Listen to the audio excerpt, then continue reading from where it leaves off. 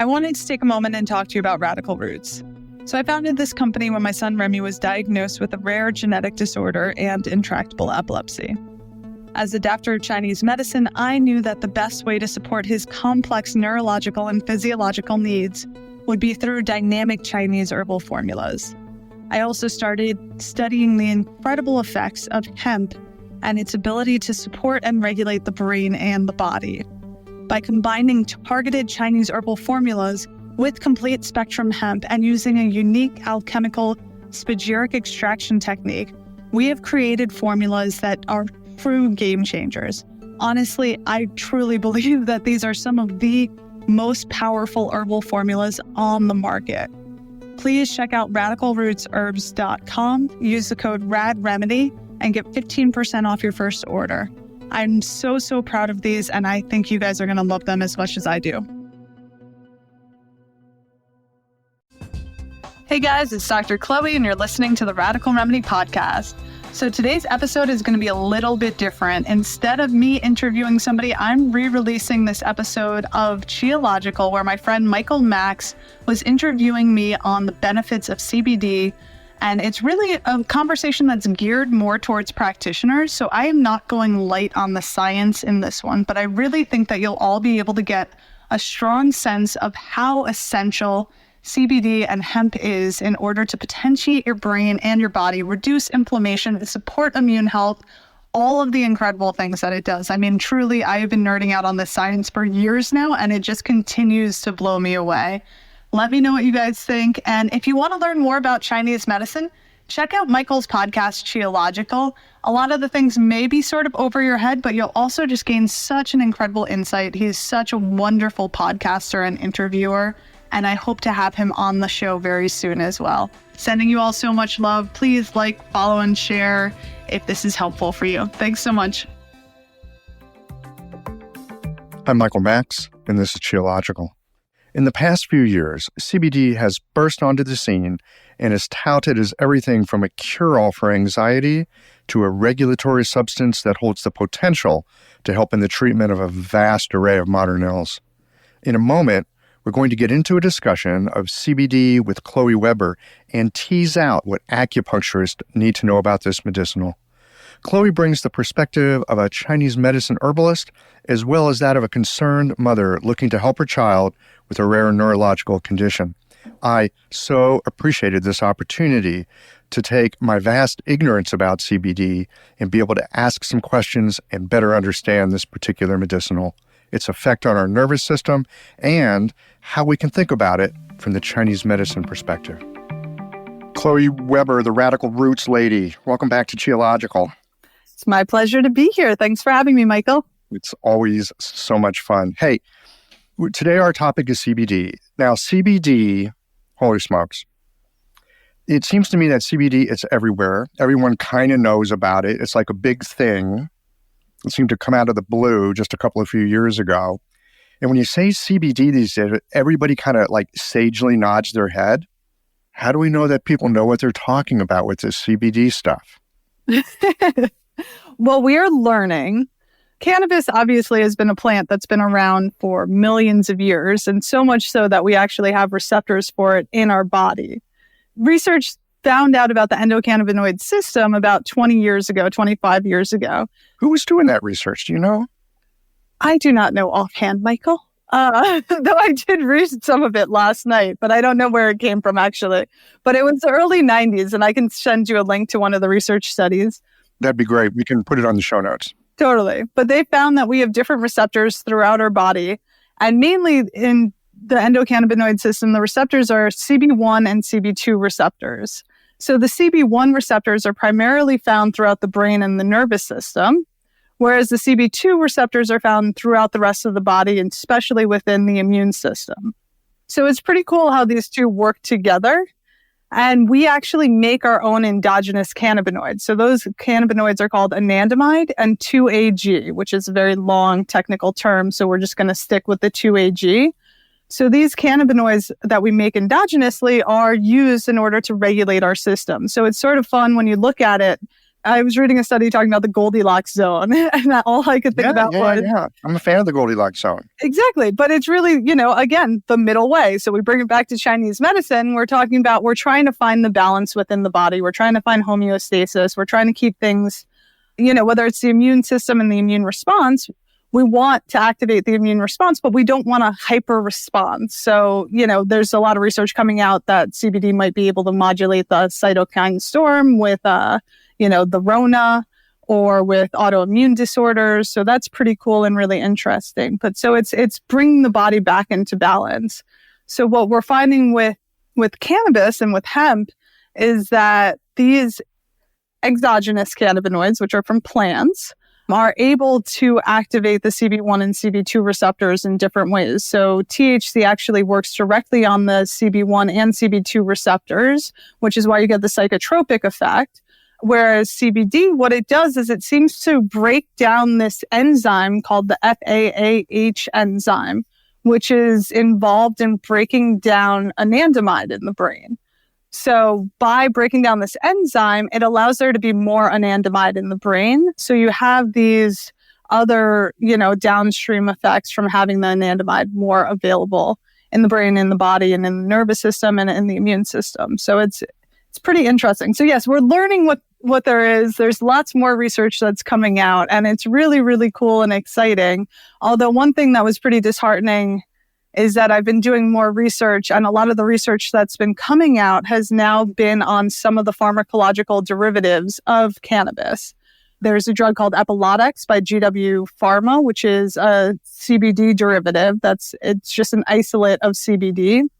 And then there's Sativex, which is a nose spray, which is used more for neurological conditions. Well, not that epilepsy is not a neurological condition, but for more like MS and Parkinson's, and that has THC in it also. But so a lot of the research that I saw that's more recent has been focused on these two pharmacological drugs, which we can get into the difference between all of that. Yeah, I want to get into those differences. We're going to do that a little later in the conversation. And of course, it's not surprising that the pharmaceutical industry would try to find the magic molecule. It's their business. It's what they do. They do it pretty well. And then it's patentable, so they can make themselves some money. The thing about the natural medicines, these full spectrum things that we do, whether it's with an herbal decoction or the CBD that you're using, or, just people sitting back and smoking a joint for that matter, is that you're getting this whole symphony of constituent substances. And like you were saying, they might have one effect in the brain, but then there's downstream effects. And, it's like everything interacts with everything. Of course, it makes it very hard to study in some ways. But we know that human beings, being the complex organisms that we are, and nature being the amazing complexity that it is, that there's all these different ways that we can find out how things interact with each other. Like you were saying, we have this endogenous cannabinoid system. How did that get there? I mean, if it didn't have a purpose, it wouldn't be there. Of course, we can make these, endogenously ourselves because, if you got receptors for something, it's because you need it for a reason. The amazing thing about the natural world is there's all these substances, they're in resonance with us, so to speak. And by ingesting them, it upregulates something in us. It's not that it's putting something in us that's separate from us, but it's upregulating something that's already there. It's like it interacts with our zheng qi. Totally. I've read a lot about the idea that we have a endocannabinoid tone and that our society sort of is living in an endocannabinoid deficiency state. So basically, we used to have hemp in almost all of our food.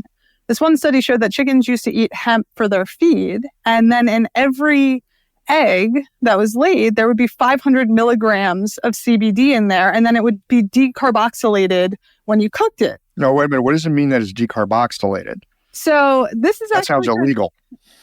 No. So this is actually interesting in terms of pao zhi for Chinese herbs. So with hemp or cannabis or, basically, we have all of these cannabinoids, and they're normally in one state. So it's like THCA and CBDA and whatnot. So then what you do is you heat it up to a certain temperature for a certain amount of time. They call that decarboxylating. It creates this chemical reaction and sort of changes these chemicals into different chemicals, makes them differently bioavailable and have different actions in the body. So I always think that's so funny. And I've always really wanted to play around with powdering the hemp before we extracted it. But I just haven't gotten around to doing it yet. Maybe that'll be a weekend experiment next week.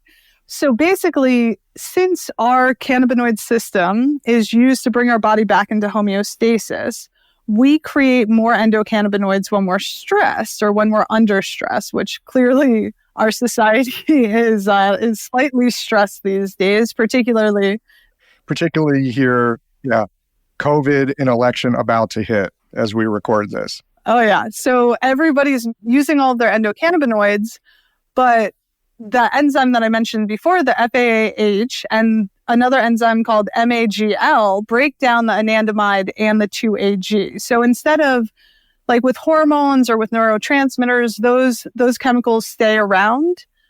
With the endocannabinoid system, we have the receptors, we have the endocannabinoids, and then we have enzymes that break them down. So they don't actually stay in our system for a long time. They're broken down after they're used. So once they're broken down, that's it, done. You need a new supply. Exactly.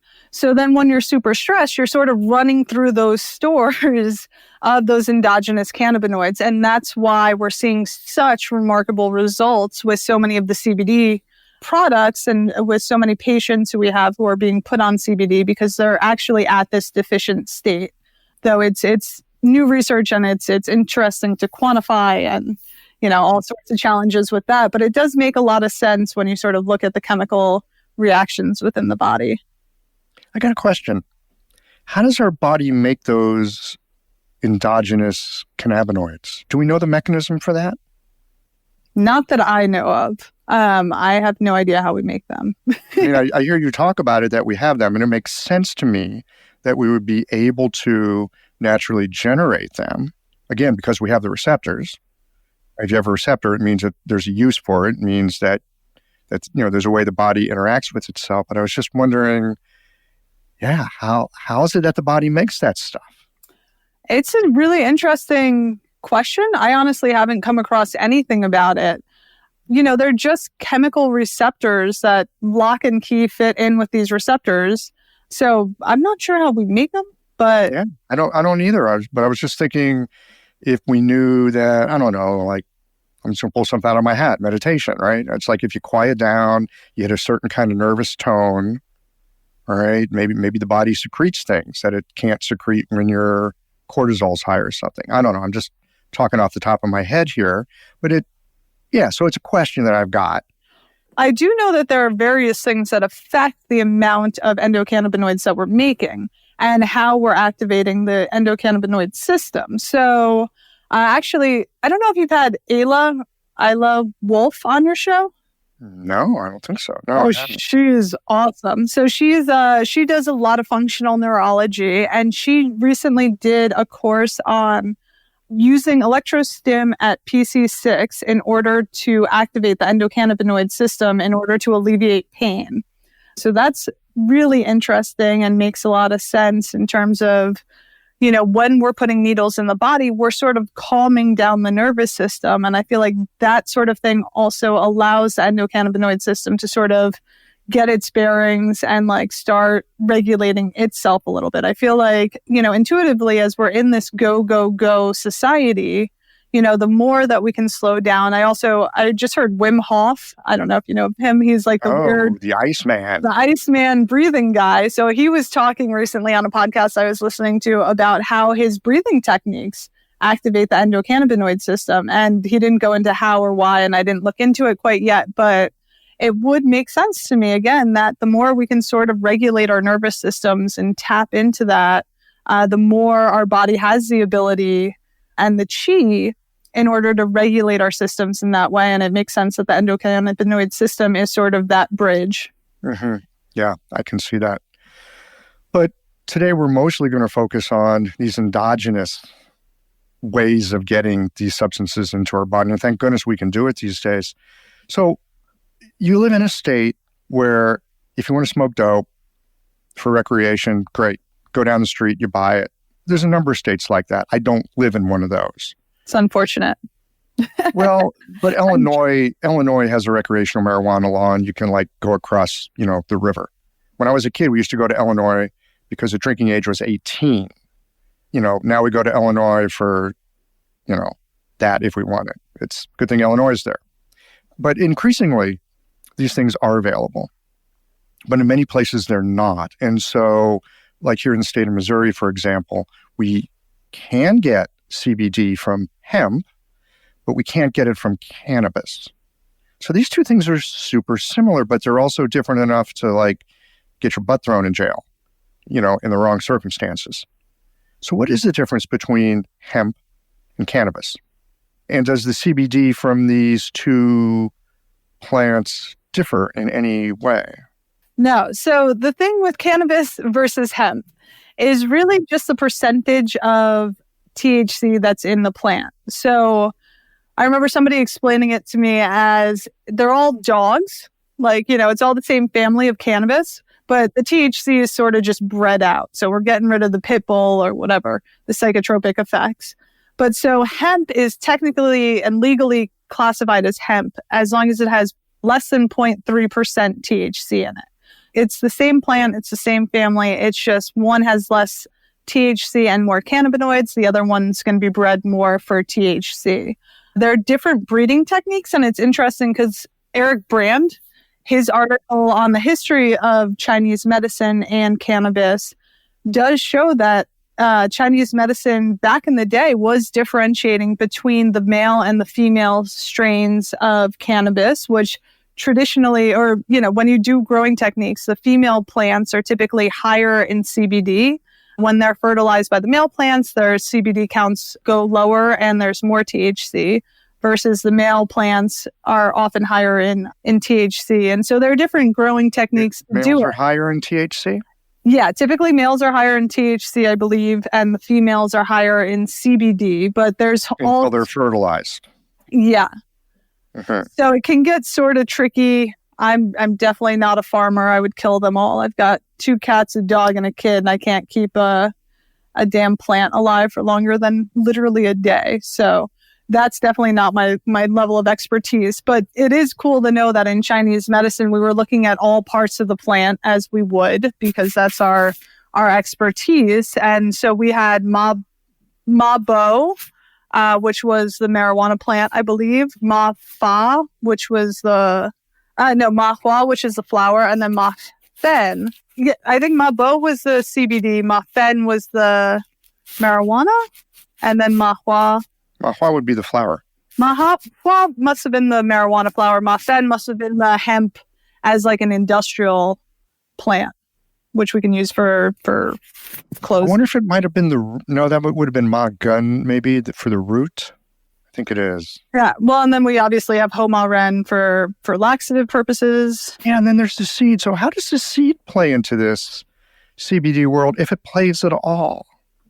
So the seed is what we make hemp oil from. So a lot of times it can be really confusing because due to the FDA regulations, CBD companies like Radical Roots, we can't say CBD anywhere on our labels anywhere because there are pharmacological drugs that are being made specifically from CBD. We cannot make supplements around that same constituent. So it's this weird, I wouldn't say loophole, it's potentially discriminatory process in which the government provides preferential treatment to farm companies in order to sort of make more money off of these patents on these things. So we can't say CBD on our bottles because then we can get dinged from the FDA or, confiscated or whatever. So like on all of our bottles, it says 500 milligrams of, complete spectrum cannabinoid rich hemp or some sort of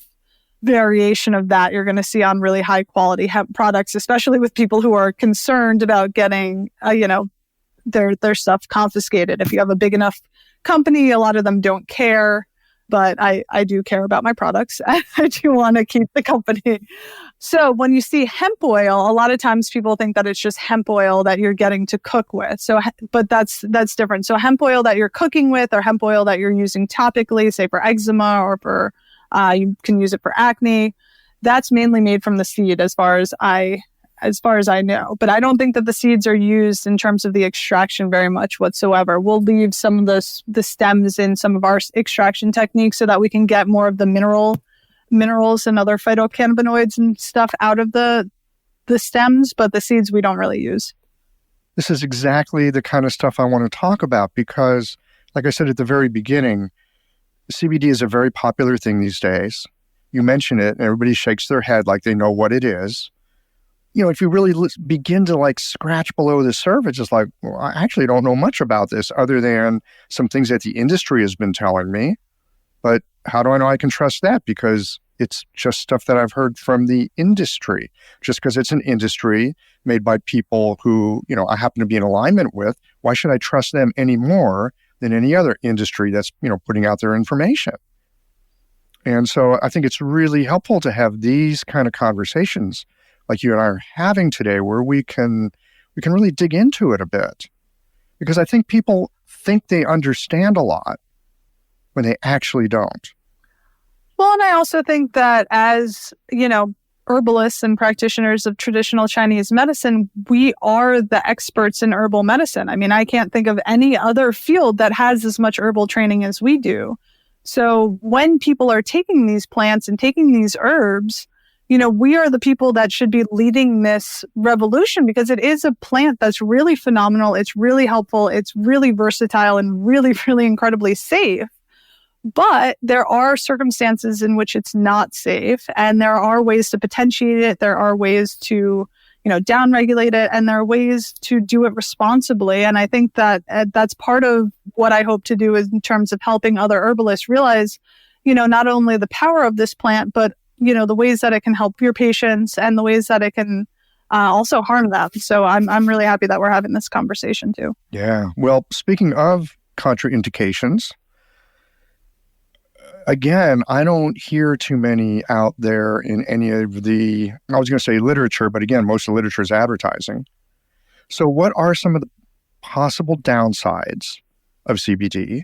Where would you not use it? Where do you want to be cautious in using it? So CBD acts on the cytochrome P450 enzyme in the liver, which is how about a quarter of our pharmacological drugs are broken down. So it can increase serum amounts of multiple drugs. This I've found to be incredibly helpful, actually, when working with patients and in conjunction with their doctors, ideally, to reduce the amounts of the meds that they're on. So it's going to potentially increase the serum concentrations of calcium channel blockers, benzodiazepines, antihistamines, antiretrovirals, some statins, but not all, which is very interesting. It depends on how they're being metabolized. But also, the one that I found to be most helpful is that it does increase serum levels of most SSRIs and antidepressants. So particularly since CBD works on the 5-HT1A axis in the brain, or 5-HT1A pathway, which is the same pathway that SSRIs work on, it's a really phenomenal way to help wean patients off of those antidepressants and really help support them in a more natural way, because most of those meds are not meant to be taken long term. And we all know many people are on them not only long term, but are on multiple variations of them. So you do want to look into the herb-drug interactions. Generally, it's very well tolerated. And complete spectrum hemp has been shown in many research studies to be much safer and much better tolerated than the isolates again. So, especially when I'm looking at seizure disorders for Remy, for my son who has a seizure disorder, for anybody who doesn't know, that's why I started the company. When I'm looking at Epilepsy and talking to other families about their experiences with Epilepsy, which is the isolate derivative, the studies are just really night and day when you see how much more effective, how much safer, and how much less complete spectrum hemp extract you need versus the isolate. I looked at a meta-analysis that showed that comparing Epiliodex to complete spectrum hemp extract for intractable seizures. And the kids on Epiliodex were on 25.3 milligrams per kilogram per day versus the CBD extract, which was 6 milligrams per kilogram per day. The side effects and the serious adverse side effects were in proportion to that also. So I think it was, let's see. So the CBD had 33% of the patients had mild side effects and 7% had severe side effects versus the Epiliodex, the isolate, had 76% mild side effects and 26% had severe side effects. And a lot of that has to do with liver and kidney function. So it's, again, it's that entourage effect, which is always so funny that like everybody's so excited about the entourage effect with hemp, whereas obviously as Chinese herbalists, we're always talking about the entourage effect, not only within one plant, but within the whole formula. It's really, the whole is so much safer and so much more effective than the parts. And that's being shown in a lot of research, although apparently, some people don't care. Doctors still typically prefer to prescribe the Epiliodex just because they feel like it's a more regulated product, which is true and is an issue with CBD companies because the FDA does not regulate them in a way that they're necessarily consistent, which is pretty essential, especially for epilepsy. Yes, well, especially for something like epilepsy or other very severe conditions, this really raises the point as well of how do you know that you're getting a good product, that you're getting a good, clean product? How do you know? I think every company says ours is the best. We got high potency. I mean, everyone, I don't think anyone's going to say, well, we kind of cut some corners, but we're going to sell it to you for half the price. So you want that, right? No one sells their stuff that way, right? Everybody says, I've got this great product, it's high quality. So a couple questions. Number one, how do you know what high quality is? How can you actually assess a company and know that it's high quality? And the second is, there are different methods of extraction. I suspect they all have their pluses and their minuses. So could you speak to us a bit about how the CBD is taken from the plant, the different methods, the things that, maybe are more natural or more safe, and the things that might be, maybe have some issues and what to watch for? In terms of extraction, there are a couple of different main ways that you're going to find CBD. So CO2 extraction is one of the most popular ones out there. So that's using carbon dioxide, which is a liquid gas, and it extracts it only extracts the non-polar chemicals. So it's not water soluble. And that technique is it's very clean. It's very efficient. You get a high cannabinoid count. They get really consistent results from doing the CO2 extraction, and it's very clean. So that's used very commonly, and a lot of people tout that as sort of the gold standard. And that's for the fat soluble. That's for the lipids. Yeah, that's where you're getting the lipids. But unfortunately, you're not getting the water soluble, so you're not getting all of the aspects of the plant, and some of the terpenes are lost in there. And so it's really, that's really unfortunate. Although they're clean products. They're typically well regulated. It's a very expensive process. So, there are people who are investing a good amount of money into their product line. Although, again, I think I saw a study that said that about 70%, if not more, of CBD products on the market are white labeled. So at this point, there's just a bunch of really big companies that are just mass producing a bunch of CBD and selling it out. And, I remember even when I was starting Radical Roots, I had so many people just be like, just get it from here and slap your label on it. You'll be good. And I was like, no, the whole point is like, I want to see the dirt. Like, I want to know the farmer. I want to be a part of every step of this. You're an herbalist. Yeah, but I'm a big nerd and a little crazy. But yeah, so then the other extraction, so ethanol is also another common one.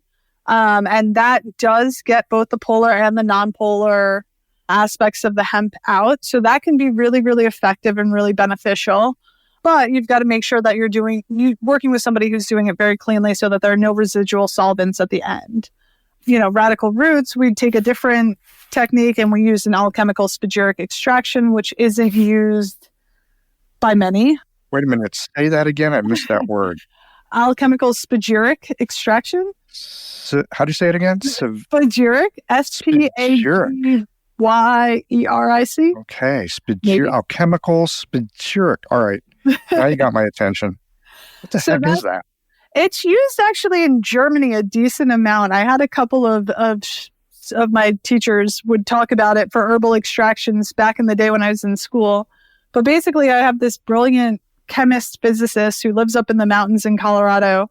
And so with spagyric extractions, it's the spiritual but also alchemical technique. So they take the herbs and they tincture it in organic grape ethanol. So we're extracting all of what they consider the spirits, but basically the polar and the non-polar aspects of the plant into this alcohol. Then they take the plant and then they burn the plants for 6 to 8 hours. From the ashes, he uses water to reconstitute all the salts and minerals and puts it back into the tincture. And so when you put the salts and minerals back into the tincture, spiritually, it's combining the body and the soul back together to create sort of this perfect magical herbal remedy. But also there are these crazy chemical reactions. So you can watch it when it's happening. It's really cool. You see all these it starts bubbling and boiling.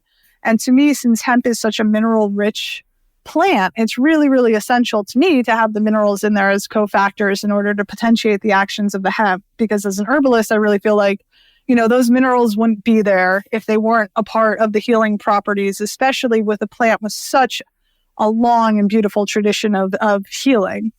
So I love the spagyric extraction. I'm obviously biased, but I'm really, really proud of our products. And, as an herbalist who's tried 20 to 30 other brands, I really definitely stand behind ours. But there are I'd like to shout out Stacy Donaldson is another practitioner, a really brilliant herbalist, and she's in Longmont, and she has Good Life Botanicals, which is a really wonderful topical product. I think she combined forces with Mark Bryson, I forget his name, who has the Evil Bone Water, and they did a collaboration. Evil Bone Water. I need to get that guy on the show. Yeah, he's a riot.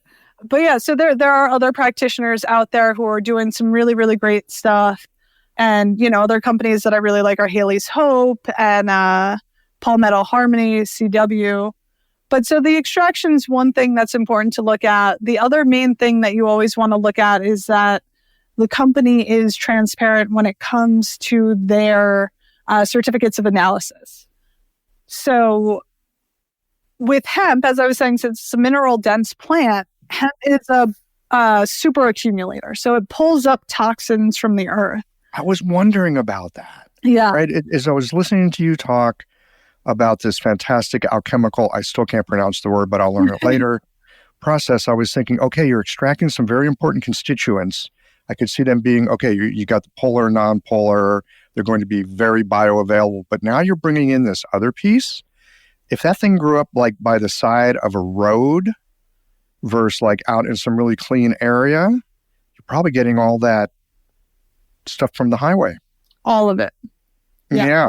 It's terrifying. I mean, that's my main fear with the mass-produced CBD is that it's not being tested, and many people are taking this as, sort of a self-medication, a last resort, or for neurological conditions, and adding heavy metals, adding glyphosate, adding all of that stuff is really just going to compound the issue. And a lot of, CBD is not a cheap supplement.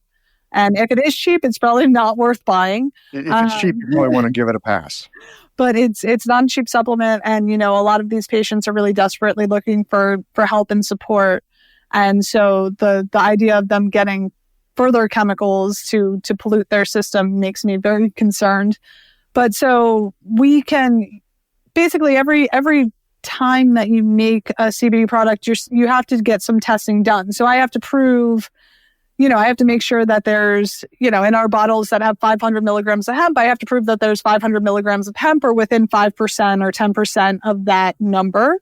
My extractor is very OCD, so he makes sure that it's within a very, very small margin of that. He's always way beyond any expectations. And then you also have to show that the THC is less than 0.3%. Is it 0.3 or 0.03? Yeah, it's less than 0.3%. So it's less than 0.3%. Okay, that's what I was thinking. Hey, maybe my math brain's better than I thought it was. Boom. Anyway, so it's a very, very tiny amount. It's a very tiny amount. Oh, so we had to do the test to make sure we don't have too much THC in there. Otherwise, we obviously can't do that. So that's another thing to look out for also. If you have a hemp extract that has a tremendously high amount of CBD in it, they're probably dumping a bunch of isolate into the full spectrum hemp extract. So if they're saying it's full spectrum, it's probably like partially full spectrum and then a bunch of CBD isolate on top of that, because that's going to make it really cheap. And you can really say, like, I have 1,500 milligrams of CBD. Yeah. There was a glass blower in the Seattle area. They actually did very, very, very well for themselves after Mount St. Helens blew up, because they put a little bit of they put some Mount St. Helens ash in their glass.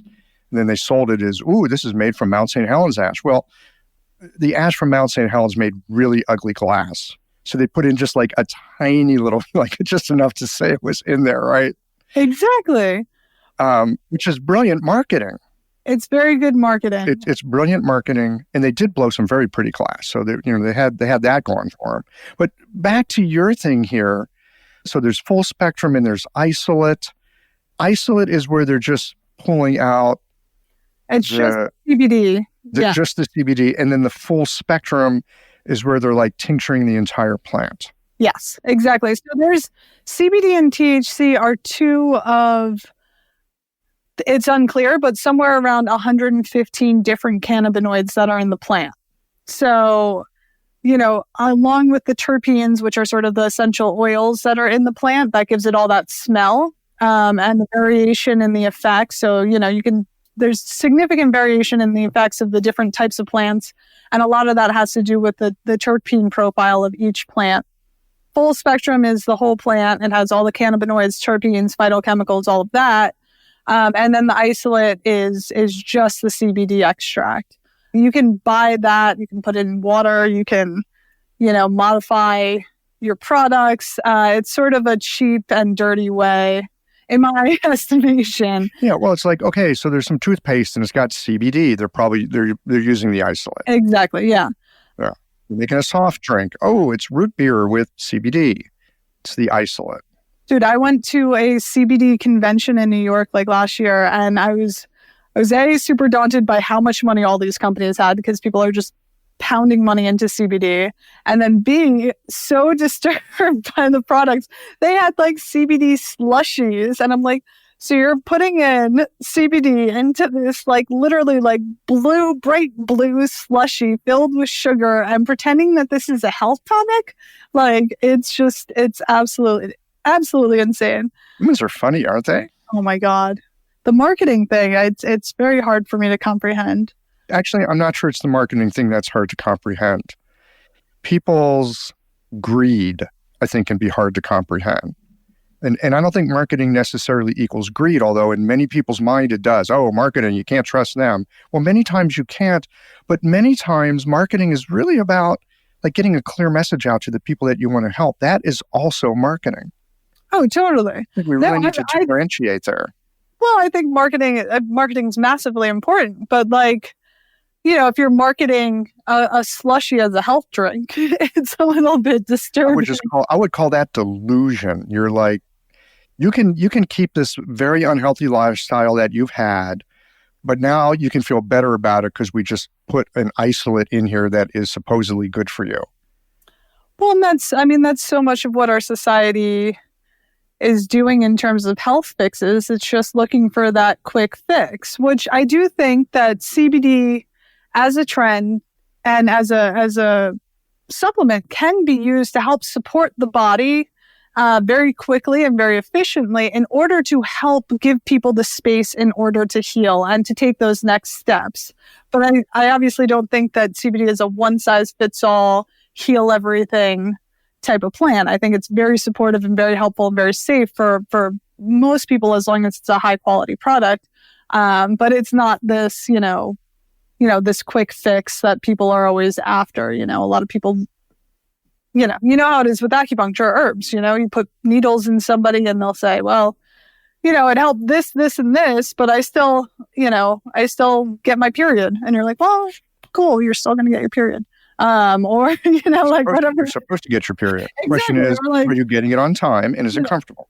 Or, I still have allergies. And you're like, well, I never said I could get rid of your allergies, but I said I could support your body and, help with other things. So, and back to the COAs, I just want to point out that you should be able to go to every website and look up the certificates of analysis. So it should be on the website. It should be visible on the website. You should be able to find it. If you go to it's not, you should question that company.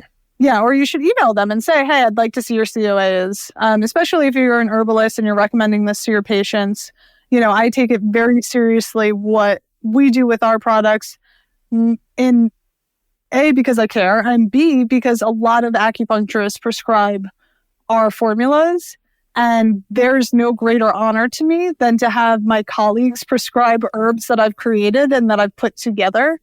So I would never, ever put them in a position of giving out to their patients anything that was less than as immaculate as I could make it. But on the COAs, you should be able to see testing for heavy metals, which is really important, again, because the hemp is going to bioaccumulate any of the heavy metals in the areas, pesticides, molds, mycotoxins, all of it. So if you want to look at a good example, you can check out Radical Roots. Again, there are other great products out there. I'm not just trying to plug mine, but you can see a COA on our website and you can sort of get an idea. It shows which terpenes are in which formula, which is fun because the herbs are in those formulas. So the Chinese herbs that we have in the formulas also have terpenes in there. So that's cool to see how that modifies some of the different formulas. But you can just see a good example of, what you do when you're testing for everything, what you should be looking for. Okay, great. Terpenes. I've heard this term. Isn't that where a lot of the sort of fragrance comes from? Almost like that perfumey aspect? Mm-hmm. Certain plants really have it in them. Other plants, not so much. Obviously, cannabis, it's incredibly fragrant. It's quite fragrant, right? Yeah. It's incredibly fragrant. So, biochemically, biofunctionally, why are these things important? Well, terpenes have, so they have their own mechanisms of action also. So, we can find terpenes in almost all plants. Pinol is one of the ones that you're commonly going to see in CBD, and that's in pine trees also. A lot of these are sort of what we think of as essential oils or volatile oils. Again, if we bring it back to Chinese medicine, we think of these as the type of things that we want to cook in last. So the mint, we want to make sure that we're very careful and delicate in extracting these oils and doing it the right way. Otherwise, they're not done right, which, brings it back to the CO2 extraction, which doesn't do a great job of preserving these particular parts of the plant. But so these terpenes can really help potentiate the different actions of the hemp. And so, if anybody who's listening, or if you've, maybe smoked per se marijuana at some point in your life and smoked different types of it, you're going to notice that it's going to have different effects. That's mainly based on the terpene quality. So say I have one terpene mix might have, herbs that are really antiviral and also really calming of the mind and calming of the shen. Other ones might be really, uplifting and might really affect the immune system and be more of a chi tonic. So it's really trying to find the balance. And that's been something that's been fun, is trying to find different formulas to potentiate the actions of the Chinese herbs and make sure that the terpene profiles match what we're doing. But it's, as I said, we have terpenes in our Chinese herbs also. We have terpenes in a lot of our vegetables and foods that we're eating. So it's cool. So certain terpene profiles will have a spirit awakening effect. Mm-hmm. Others will have more of a calming effect. And has this been researched, or are there ways of knowing, this profile tends to bring this interaction in people, that profile tends to create this interaction in people? So each terpene has been studied sort of more individually. So myrcene is one of the most abundant terpenes in cannabis, and it's musky and it's sort of got that clovey smell. And this one's been studied to reduce inflammation and chronic pain. So myrcene's in a lot of hemp plants, and that's one of the ways that it helps with inflammation. Limonene, which is, obviously has a citrusy smell. That one's used often to boost the mood, which, if you think in essential oils and like if you smell lemon, it's going to boost the mood either way. It helps with stress. It also has antifungal and antibacterial properties. So a lot of them go in alignment with sort of what we know about the reactions of the plants that these terpenes are found in. So like lemons with the antibacterial and with the antifungal and also boosting the mood. So it's, they're studied more separately, but then you can see them in the COAs and sort of get an idea of what's going on. It's not something that we've gotten really specific with as an industry. Like, I don't think that many companies are able to really potentiate those quite the way that we want. We're starting to see more companies like Radical Roots where they're adding different phytochemicals and different vitamins and supplements to the hemp to potentiate the actions. But I haven't seen many that have really done much work in terms of potentiating specific terpenes. Although there are some supplements where they'll have CBD with extra terpenes added in. So that's something that people can look into. I think Chad Connors might have some. I might be making that up though with his pure ratios. He might. I mean, I know he's also gone deep into it. Mm-hmm. You were talking a bit earlier about potentiating effects, how to potentiate CBD. I've heard that a little THC will very much help potentiate CBD, but I'm just hearing you talk about the terpenes and hearing you talk about Chinese herbs for that matter. It sounds like there are other ways of potentiating the effect of CBD. The thing with adding THC is that the THC actually acts directly on those CB1 receptors we talked about earlier, whereas CBD doesn't. So having even just a small amount of THC in a product really helps increase the effect. So I think that that's part of the reason why, especially in epilepsy, that we need a significantly less of the full hemp extract than we do of the isolate. So THC is really important for that, particularly for neurological conditions and particularly for pain. That being said, it's been interesting seeing how CBD seems to potentiate the actions of Chinese herbs. So it's unclear sort of what the mechanism of action of that is. I mean, obviously, we like to use herbs as a polypharmacy. We're using herbs together to potentiate the actions of one another and balance them all out. So that's... We don't know anything except polypharmacy. Exactly. So we love using these together. But what I've found clinically and what a lot of these other practitioners who are going pretty deep into the hemp medicine world have been saying and have been finding is that even just a small amount of CBD is able to strongly potentiate the actions of CBD, sometimes, 2 to 3-fold from what we typically see with our herbal patients just on straight Chinese herbal formulas. So it's unclear whether, through activating the endocannabinoid system, we're able to, metabolize the herbs in a different way. Possibly it's increasing the serum levels of the herbs for longer through its activation of the liver enzymes, or it's, to me, how I sort of personally envision it, whether this is true or not, again, is allowing that body to get into that rest and relax state and sort of calm down enough in order to accept the healing potential of the Chinese herbs. But it is really interesting how much more effective my patients report their Chinese herbs to be when they're in conjunction with complete spectrum hemp as well. I find this with acupuncture. You just said the words, calm down enough to accept the healing effect. And I think that the reason acupuncture works so well and why people love it so much is because they do find this moment where they can just kind of let things be. Just let it be. I think the body responds. I think there are things in us that can come forth when we're in that state that cannot come forth when we're not in that state. It's not that we can't do it, but you need to be in a certain frame of mind. You need to have your nervous system and your spirit and your body in a certain state of receptivity. We could call that a more yin state, I guess, but a certain state of receptivity. And then things, it's not that things from the outside come in and change you, but that what is already inside can come forth. Exactly. I love listening to you talk because you always bring out such incredible insights. I mean, this is just what we see in clinic. This isn't an insight. This is what we see every day in our work.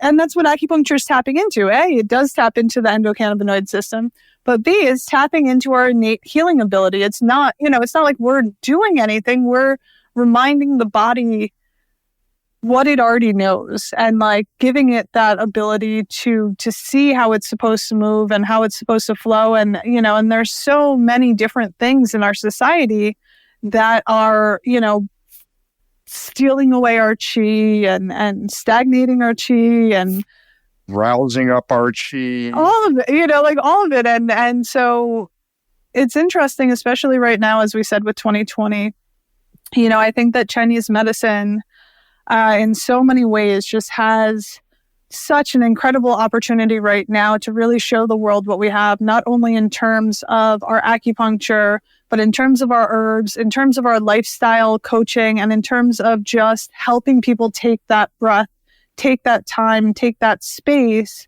to try and, recalibrate and to figure out what's going on and to make decisions as to how we want to live our lives as a society and move forward in a more productive, hopefully joyful and healthy way. But I am an eternal optimist, so we'll see. I tend to be an optimist as well. And here's something I've noticed about being an optimist. It gets me in lots of trouble. It really does. I mean, I will push boundaries because I don't see the gotchas. Mm-hmm. I'm only looking at the potential. It's like, ooh, there could be something really good here. And not realizing that, well, there's also drawbacks.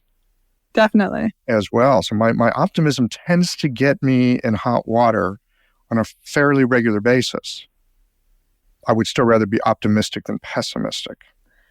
I always say I'd rather fall on my face than miss out on an opportunity for something that could help people or could be great. Like I've fallen enough times that I know I'll get back up. So I think that's, there's a bit of resilience there, but. Yes, there is resilience. I think falling on our face builds that resilience. I was just thinking, I'd rather fall on my face than live on my knees.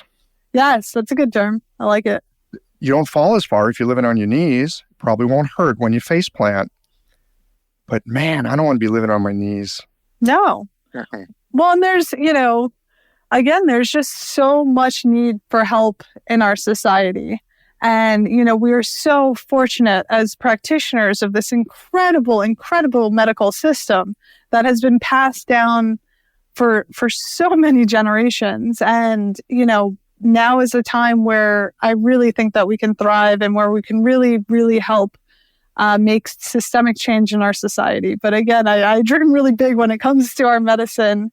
And, I always hope that other people will as well. I was just wondering if every generation is looking to make systemic change. Is there any generation that's come along who hasn't looked and gone, it's kind of a mess here. We need to fix this shit. Has there ever been a generation that didn't have that in them? I don't know. I'm not much of a historian. I'm not much of a historian, but but it seems like, if you just look at history, it's a constant we don't like what's going on. We're going to try to do something better. Now, a lot of times those things don't work out so well. No. But that impulse to, I'm not satisfied with the world. I want to see it be different. I suspect that drives a lot of us. As a practitioner, I see so much disconnect in our world, disconnect from one another. I feel like our society has gone to such a place where it's really hard. And, again, in 2020, we're physically disconnected. But then also, if you look at, the social media world, and if you look at everything, we've been put into this tribalism of us versus them. And, again, as a Chinese medicine practitioner, I'm just desperate for people to see the middle way and remember that we can have conversations and that, yes, technology is an incredible gift that gives us the ability to research all of this stuff and nerd out and have these wonderful conversations but also that there's so many gifts and lessons from nature that if we don't get out there and touch them and feel them and smell them, then we're missing out on a whole huge part of life. Yes. Thank goodness for the technology. It can be very helpful. Thank goodness for those moments where there is zero technology and we're letting our nervous systems like re-regulate, resonate, re-regulate, readjust, readapt to the natural rhythms of the world. Right? It's those natural rhythms of the world that we evolved in, right? All this electronic stuff is pretty new. I was listening to a podcast the other day, man, this blew me away to such a degree that I had to stop listening and I had to just like sit with what was just said. I mean, just like hang out and just like let it echo. And this is what I heard. This is a social media expert. And this guy said, the problem with social media is that we think it's a dialogue. But it's not. It's a soliloquy. It's just me singing my song and people either applauding me or throwing tomatoes. All right, so like what you and I are doing with the technology at this moment is we're using it for a dialogue. We're using it to try to understand each other. We're using it to, in this case, go deeper. You know, the CBD thing, right? I got lots of questions. There's a part of me that's like, yeah, this is great. And there's this part of me that's like, I don't know, there's a lot of hype. I need to talk to someone who knows a lot more about it than I do. And so I'm super grateful that we have the technology, that you're willing to sit down with me, right? I can show up with my ignorance and maybe I can learn something. And then I can share all of this with all y'all that are listening right now. Maybe we can all learn something. But the problem with a lot of the social media, and we're going to make this part real short because we're here to talk about CBD, not social media, but I think this is really important in this moment. We think it's a dialogue. You look at an Instagram, you look at a Facebook post, we think it's a dialogue, but it's not a dialogue, it's a soliloquy. And that might explain why there's so much disconnection. Yeah, it's really profound and it's really terrifying. I don't know if you've seen, it's the only movie I've watched in years, but The Social Dilemma. Just out on Netflix. Well, you know, when the people that make the technology don't want their children using it, you better listen up. Exactly. So I like immediately like blocked all my Facebook. I actually deleted my email from my phone. So I can only access my email on my computer now so that I just don't have that urge to like pick it up and check my email. Because I was like, you know, I run a small business. I do it all by myself. And like, so it's always, did somebody, you know, need anything? Like, you know, like check my email. And I was just like, I can delete this.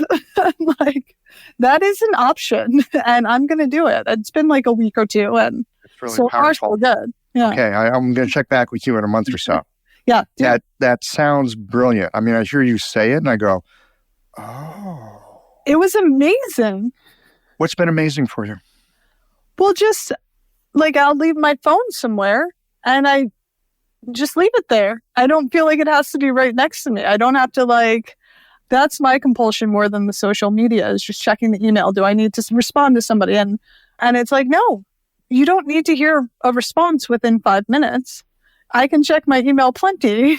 Like it does not have, you do 24 hours is a perfectly reasonable amount of time for somebody to get a response back. I don't need this attached to me. And it alleviates a significant amount of anxiety for me. But I think we all have our triggers and our patterns in terms of our cell phones and technology. And so, you know, whatever it is, that's, you know, the biggest lure for you, you know, maybe try and get rid of it for a couple of weeks and see how you feel. Well, I don't really do much. So, I mean, I've really stepped away from it. Yeah. I went on a little sabbatical-ish kind of thing at the end of summer, just got off of Facebook. Just like I've been thinking about doing it, didn't feel really good. I got tired of being blamed for mansplaining. I was like, you know what? I'm just going to put it down. Life's been a lot better. My nervous system has been more down-regulated. And when I hear you speak about what you're doing with your email, I just kind of take that inside and I go, oh man, I bet my nervous system would just unwind itself. That'd be like going for a walk by itself. And all I'd be doing is not checking my email. And that would already bring much more of a state of equanimity, not being constantly worried about that. Exactly. It's really been a dramatic shift for me. I still have work to do when it comes to my phone. I've got to find somebody who wants to do my social media for Radical Roots or something, so I don't have to deal with that. There's someone listening right now who's probably going to call you Please There you do go. I'll be it. happy to do her social media. I'll give you all the CBD. There you go. Well, we were talking earlier. I asked you the question, which is still a question, which is, how our body naturally produces these substances. And you were like, well, I'm not really sure. We're kind of noodling on it. Maybe it's not about what we do, it's what we don't do. And it sounds like when we can help to downregulate the anxiety, downregulate the nervous system, we know that good stuff comes out of that. We have more patience, we have more love, we sleep better, we're kinder to the people around us. It's easier to listen to other people. We're not, in this super hyper aroused state. And CBD can help, herbs can help, acupuncture can help. But wow, I'm just thinking about not having email on my phone as a therapeutic intervention. I'm going to try it. Try it. I'm going to do it. It's literally I thought of it on the phone with one of my friends and I was like, I can do this. And then I just deleted it immediately after getting off the phone. It's been 2 weeks, I think, and I don't think I'm putting it back on. That joy and the regulation and the connectivity, so much of that. So anandamide, one of the endogenous cannabinoids, is known as the bliss molecule. So, you can sort of just think of it as, that's one of the chemicals that's really helping us find that joy, find that balance. And then when you're stressed out, you're just pulling that and sucking it up and breaking it down through this FAH enzyme. So that's why CBD can be so helpful. And that's why sometimes you need more than other times. So, if I'm super stressed, I'll take more CBD. Or, if I know I'm not going to sleep well, I'll take a ton before bed. If I know that I have a podcast or something that I'm recording the next day and that I'm nervous about, then I'll take a ton of CBD. But if, I'm actually out playing in nature and getting to enjoy life in ways that are unfortunately much more rare than I wish, then, I'm making enough endogenous cannabinoids and, my system's not pulling them and breaking them down as quickly because I'm not stressed out, and I think that, again, our connection with nature is really helpful for that. And I think that the connection to whole plant medicine is, again, something that a lot of people's nervous systems and a lot of people are really responding to when it comes to really high quality cannabis products, because you're really getting back to nature with these products when they're extracted well and when the plants are grown really lovingly and they're done in a really beautiful way. Mm-hmm. Now, you have, we're not plugging your product line, although you got a great product line. I will say that. I do. One of the things I really love about what you're doing is that you're doing this, first of all, you're doing this fantastic alchemical thing with the CBD by itself, but you're also bringing in Chinese herbal formulas. So for those of us that are herbal geeks, and, we're thinking of I got this patient, they're wound up. I want to give them some Tianwan Bushindan because, I know that's going to chill them out, and they're kind of yin deficient, and they kind of got that flush in the afternoon because they got all that heat going up. I mean, could I give them their herbs in their granulated form and give them a bottle of CBD and say, squirt this many squirts into your herbs and work that way? And then the next follow-up piece of that is, what are some of the formulations that you think seem to work particularly synergistically with the CBD? Yes, you can totally. And that was something that I was trying to figure out for a long time, was whether or not we could do a complete spectrum granule, but we haven't figured out how to do that yet. But you can take your granules or your raw herbs and put the complete spectrum oil in there. And potentially, if you wanted to blend that up like bulletproof coffee, it's going to enhance mitochondrial function and improve easy water, structured water in your mitochondria, which is an interesting byproduct. But that's a whole different topic. But yeah, you can totally add the complete spectrum hemp to the herbal formulas that you want. And obviously, I love herbs. To me, raw, custom herbs done the traditional way is my go-to. I still, I have a ton of raw herbs in my house and I'm constantly cooking them up. So I wanted to have the complete spectrum to make sure that people had that option. And that does seem to really potentiate the actions also. So just be aware of that and know that you might have to do lower doses of the herbs. So maybe start your patients on half the amount of Chinese herbs that you normally would and see how they respond to that. As far as potentiating formulas, so it's interesting how much research is coming out on CBD. And we might want to do another show where we sort of break down a bunch of the different research and how it's working on different parts of the body. But, the main things that CBD is sold for and that people are looking for it for are stress and anxiety, obviously.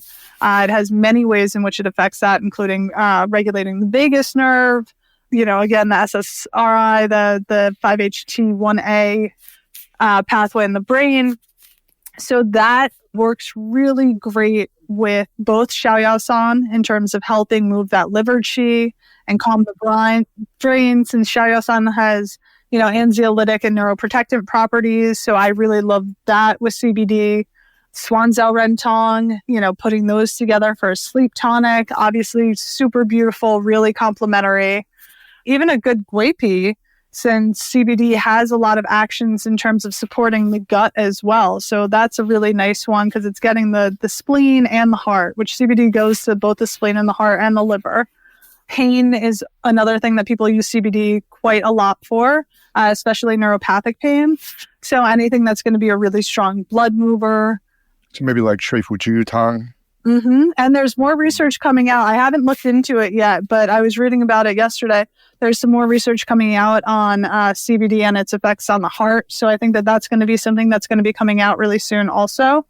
You could do like Danshen with some CBD, just a little doyao there. Exactly. It's really, really fun to play around with. And it's really something that, I encourage everybody to do. You can even buy raw hemp, like cannabis flower. You can buy hemp flower and you can decarb it in your kitchen. It's going to smell a lot like weed, obviously. So just beware that your neighbors are going to think you're smoking all the pot. But you can, you throw it in the oven, decarb it for half an hour. There's charts you can look up. I'll send them to you for the show notes or whatever, but you can buy it, you can do it, and you can extract it in your slow cooker. That's what I used to do before we started the company. I'd throw it in my slow cooker with Remy's herbs, see what happened. It's really fun to play around with. How did you start this company? Well, I was fooling around in my kitchen. Dude, and I was in like a massive apartment complex in Brooklyn, and I was like, oh my God, these people just think I'm the biggest pothead in the world. I'm like, it's hemp, whatever. Also, again, the immune modulation effect is really interesting as well. That's something that I've been wanting to dive really deep into is immune modulation. I've done a pretty deep dive into the GI effects, and that's really fun and really, really interesting into how much it potentiates specific bacteria. Tell us a little bit about that. So in terms of the gut, which I am a student of the school of spleen and stomach and very much believe that that's the root of all wellness and disease. CBD has been shown to help close tight junctions. It moderates inflammation in the gut by activating the immune system in the GI. So it also helps regulate that immune response. So not only will it sort of activate the immune system there, but it'll sort of give you the we're all good signal and keep it in that sort of middle path. Because a lot of times what we're seeing with our GI patients is that hyperreactivity of the immune system in the gut causing IBS, which interestingly... Sorry, now I'm just getting really nerdy. There was also a study on rats that showed that trauma in the rats causing IBS was passed down intergenerationally through the endocannabinoid system. So really? How do they figure that kind of thing out? I don't know. What does that study look like? Holy shit. I mean, what kind of person does it take to sit down and make that kind of a hypothesis? That's fascinating. And so that's what's so fun about going into the CBD research. You're like, what does it affect? And then it'll, you find these weird studies. Trauma within the endocannabinoid system can cause epigenetic shifts in later generations. And, it's sort of that generational trauma that we see. And we do see that, I can't tell you, I'm a half Jew from Brooklyn. So all of my friends, talk about, the itis, the Jewish itis. And I'm like, well, no, it's A, it's trauma, and B, it's, we've got to potentiate your bacteria and probably get rid of the bagels, unfortunately. That was a really, really interesting study. It also, as I said, there are cannabinoid receptors along the vagus nerve. That seems to be one of the ways that it really affects motility. It potentiates this one bacteria, Monophila akkermansia, which has been studied for MS and epilepsy. So it's really great for neurological health. And then there's a lot of research showing that it can help with colorectal cancer. So it's really, I mean, it's fun once you start diving into different parts of the body when it comes to CBD and seeing how many different ways it really just has this beautiful regulatory effect. Even with appetite, so typically people think of THC, you think of the munchies, right? You're going to smoke a little weed, you're going to eat everything in your house. THC can increase your appetite, whereas CBD tends to have more of a regulatory effect on it. So through that vagus nerve, it's sort of telling you, yeah, I'm full. No, I'm not. I'm satisfied. I'm safe. It's okay. Yeah, I'm safe. Yes. I'm safe. Exactly. I mean, that's the big thing about the vagus nerve in so many ways. I'm safe. Well, and the vagus nerve is so interesting to me. Again, when you're looking at intractable epilepsy, one of the main ways that we treat intractable epilepsy is they do the vagal nerve stimulator, where they do a implant. So there's another nerdy research study is that there was a research study using electrical stimulation on the vagus nerve point in the ear that showed that had comparable efficacy to the surgery. So it was a small study, and I'm curious to see where that plays out. But I think that, again, in my passion in terms of Chinese medicine for public health intervention, that's the type of thing that we can do that can, really help people and help, so say I was considering getting Remy a vagal nerve implant, we can stimulate the vagus nerve through the ear and see if he's going to be a good candidate before we sign up for a whole surgical intervention. So, again, I just encourage all practitioners out there to use their curiosity and follow their passion to use our medicine in really innovative ways. That's such good advice. And it's endless, right? The tools that we have can be applied in so many different ways. And one of the things I love, about the Chinese herbs in particular, is how we do get to craft these sort of symphonies, right? It is an entourage. It's this group that goes and gets a job done, right? It's like this project team that, the A team, right? They go out and they get stuff done. And I love the idea that there's also this kind of great harmonizer. We think about Gansal as like this great harmonizer that really potentiates the effect of things, and it mediates the interaction of the herbs, and just kind of smooths everything over. And it seems that CBD could really be thought of in that way as a kind of messenger harmonizer sort of substance. Yeah, exactly. It's sort of like the harmonizer, sort of like the envoy, kind of bringing it to the different places and then sneaking it in through the back door, letting you, getting you into different knowing what the back channels are, right? I mean, good communication. Sometimes if you can't go through the front door, we all know that a good back channel is super helpful to have. Totally. Right? I mean, sometimes we see this in families all the time, right? Like, this sister can't talk to that brother. So, you got to send a message, through the cousin. Right? Writing Chinese herbal formulas is literally just one of my very favorite things. It's just so much fun when you craft a formula that's really beautifully balanced, and you can see how all the herbs are working together. And CBD has just been an incredible herb to add to that toolkit. It's not a one size fits all, and it's, it is one of our herbs. We have hundreds of them. And, I think that as herbalists, we, have such an ability to help people through herbal medicine. I think that CBD is a really great addition to our regular toolkit in terms of helping people. And in terms of giving people that breath, giving people that space, and helping potentiate the actions of the work that we're already doing with all of the herbs that we've already studied so extensively and building upon the foundation of our beautiful medicine that we have the glory of being able to practice. Yeah. So again, CBD is very much in our awareness. It's, it's all over the place. It's available in so many places. We've gotten to sit down and have this conversation. I mean, there's a lot that we kind of know about CBD these days, and it's in our awareness in a big way. Is there anything, and maybe that we haven't covered yet, but anything that you would want to tell us about CBD that like we just may not know yet, but maybe we should know about? It's like what's the big secret? What's the big secret? Yeah. Is there a big secret?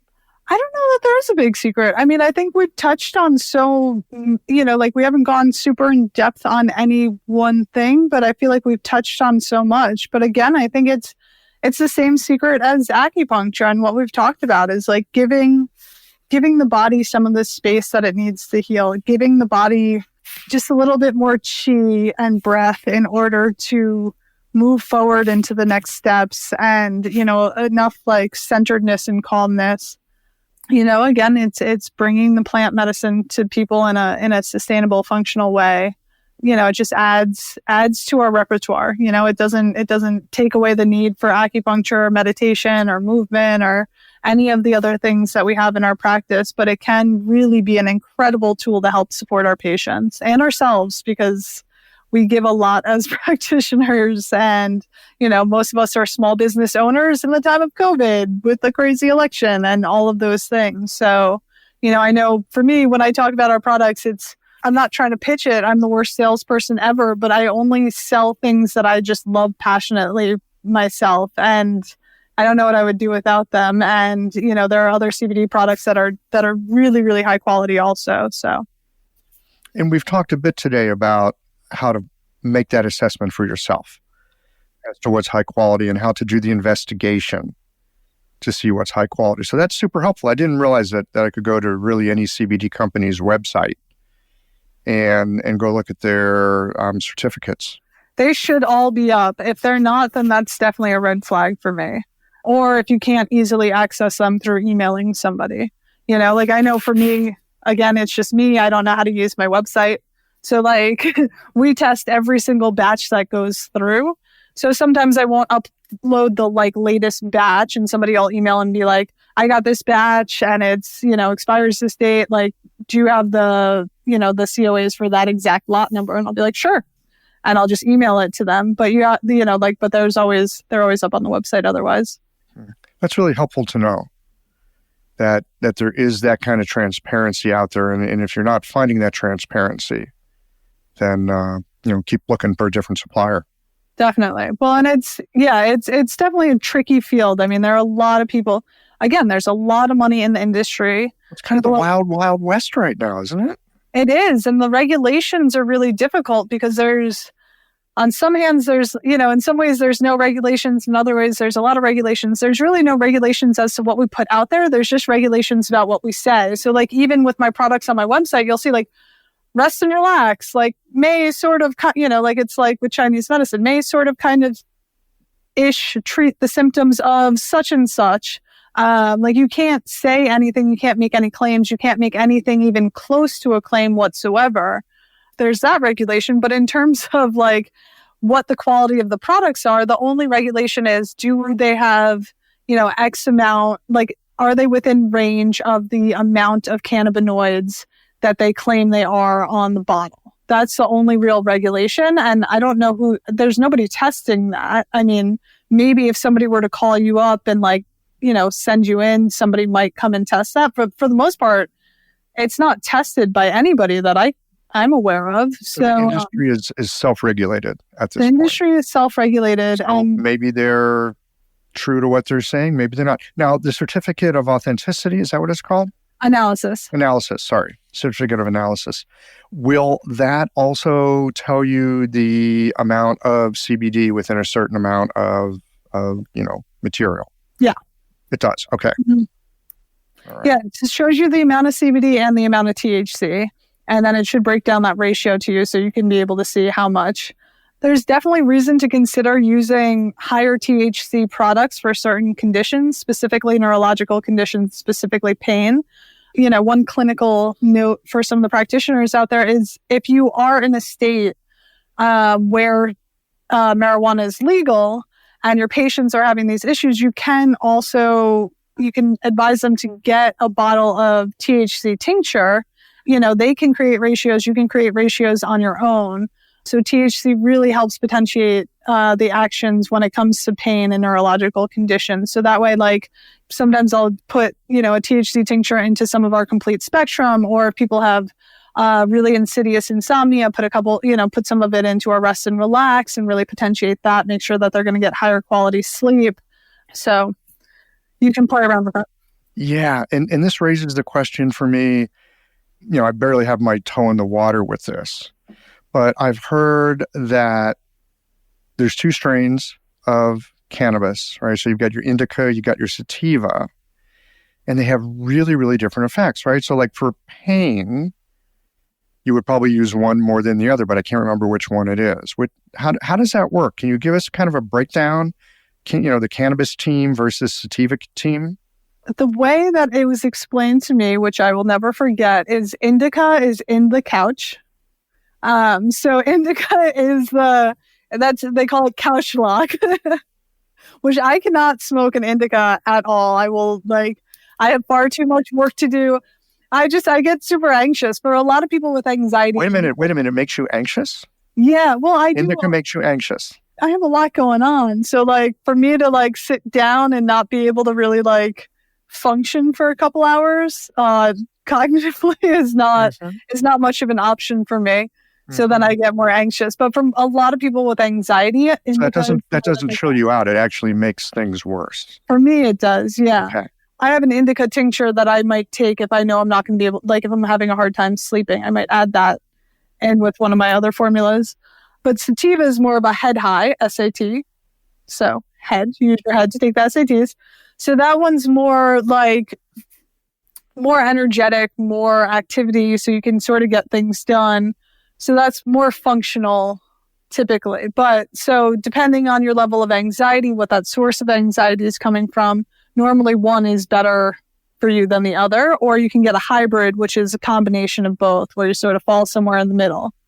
You are speaking so Chinese medicine-y about this. I really appreciate it. Because one of the things I've heard was okay, indica, if you need to mellow out, need to sleep, indica is really good for that. If you like that buzzy kind of head thing, sativa for that. But what I'm hearing you say, and this really, really makes sense to me, what kind of anxiety do you have? Well, I get a lot of things done and I like to get things done and I feel like I'm behind.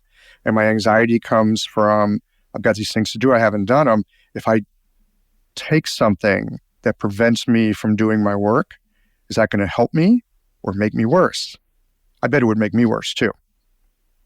I bet my anxiety would go through the ceiling with that. Whereas if I've got something that gives me a little energy boost, it's a little cup of coffee kind of thing. I'm good to go. I can roll with that. Exactly. Yeah. It's very interesting. And as you play with cannabis medicine, whether it's hemp or THC, it's a very individualized medicine. Some people really just need a very little bit. Some people need a lot more. And then there's normally a bell-shaped curve of efficacy. So, you sort of get to a place where things are really good. And then sometimes more is not better. More is usually not better. I mean, we're back to the Goldilocks effect. Exactly. Yeah. I tell my patients all the time, right? Because they're always like, hey, I feel terrible today. Load me up with needles. I'm like, no. And I remind my patients, right? I'm like, well, you remember as a kid reading that, the great treatise on enoughness, right? You remember reading the great book of enoughness when you were a kid, right? And in fact, your parents read it to you, didn't they? Right? And people look at me like, what the hell are you talking about, Michael Max? Goldilocks and the Three Bears. The great treatise on enoughness, right? The Goldilocks zone. It's really true. Too much, not helpful. Too little, not helpful. What's helpful? What you need when you need it. Mm-hmm. That's what's helpful. That's why Chinese medicine is so amazing, right? Not just the methods that we have and the herbs that we use, but the perspective that we have of looking and being able to see what do they need and just that and nothing more. Well, and what's at the heart of it? What's at the heart of it? Yeah.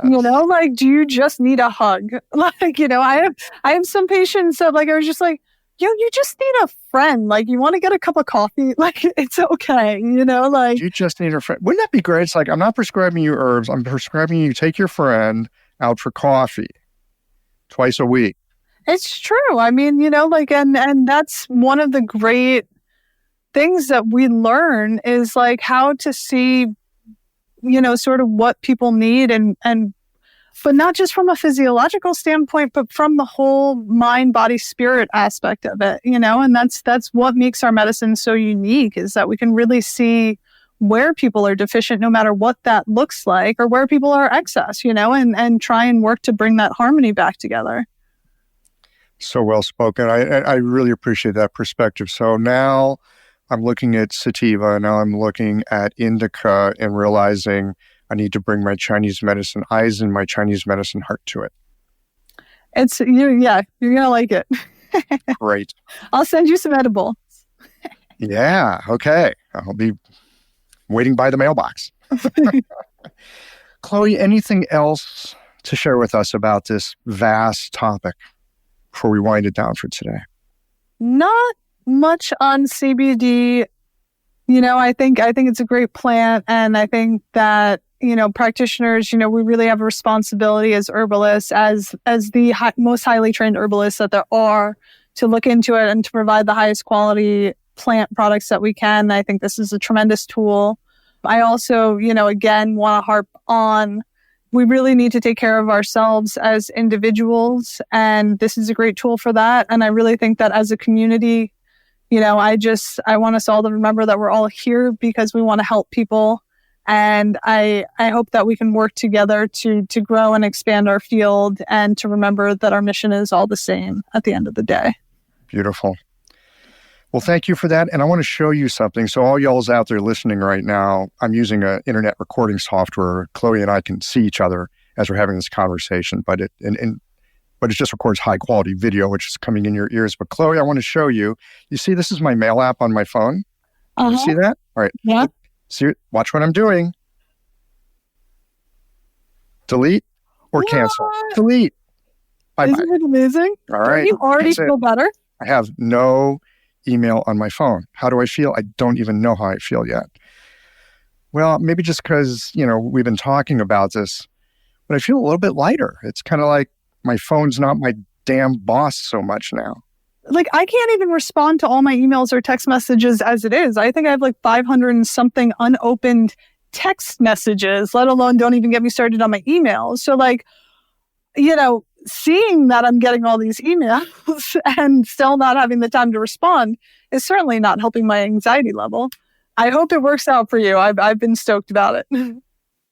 I'll check back with you and let you know. Maybe I'll let the listeners know too in a month or two. If I will. I'll let y'all know. Let's see what happens. I'm going to throw that experiment out in public. See what happens. All right, Chloe, as ever, it's been an absolute delight, and I look forward to our next conversation. Thanks so much, Michael. It's been a pleasure.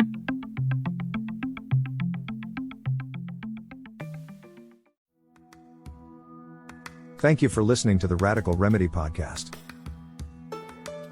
The Radical Remedy Podcast is for general informational purposes only and does not constitute the practice of medicine, nursing, or other professional health care services, including the giving of medical advice, and no doctor/patient relationship is formed. The use of information on this podcast or materials linked from this podcast is at the user's own risk. The content of this podcast is not intended to be a substitute for professional medical advice, diagnosis, or treatment. Users should not disregard or delay in obtaining medical advice for any medical condition they may have and should seek the assistance of their healthcare professionals for any such conditions.